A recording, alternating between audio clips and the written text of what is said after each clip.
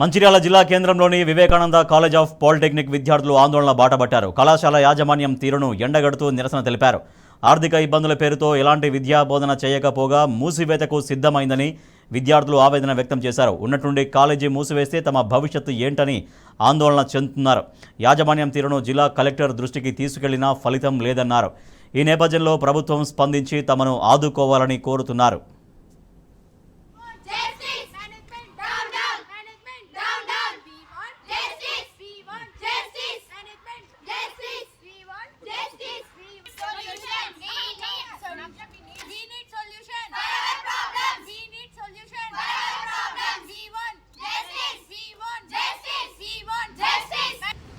మేము 3 ఇయర్స్ చదువుకోవడానికి కాలేజ్కి వచ్చినాం, కానీ వాళ్ళు ఏం చేస్తున్నారు, సెకండ్ ఇయర్కి వచ్చేసి మేము కాలేజ్ రన్ చెయ్యం, మాకు అంత లేదు, అంత అమౌంట్ లేదు రన్ చేయడానికి అని అంటున్నారు.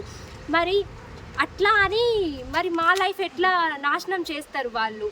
మధ్యలోకి వచ్చినాక ఏ కాలేజెస్ ఇంకా తీసుకోదు అని అంటుంది. అంటే మేము థర్డ్ ఇయర్ ఫైనల్ ఇయర్కి వచ్చినాక వాళ్ళు ఎవరు తీసుకోరు. సెకండ్ ఇయర్స్ అంటే వాళ్ళు తీసుకుంటారు, థర్డ్ ఇయర్స్కి ఎవరు తీసుకోరు, వాళ్ళ దగ్గర సీట్స్ ఉండవు, కాకపోతే వాళ్ళు తీసుకోరు. అందుకనే ఇప్పుడు మాకు సెమ్ ఎగ్జామ్స్ ఉన్నాయి. సెమ్ ఎగ్జామ్స్లో మాకు ఫ్యాకల్టీస్ ఎవరు లేరు, వాళ్ళకి శాలరీ ఎవరు ఇస్తలేరు కాబట్టి వాళ్ళు ఫ్యాకల్టీస్ వస్తలేరు.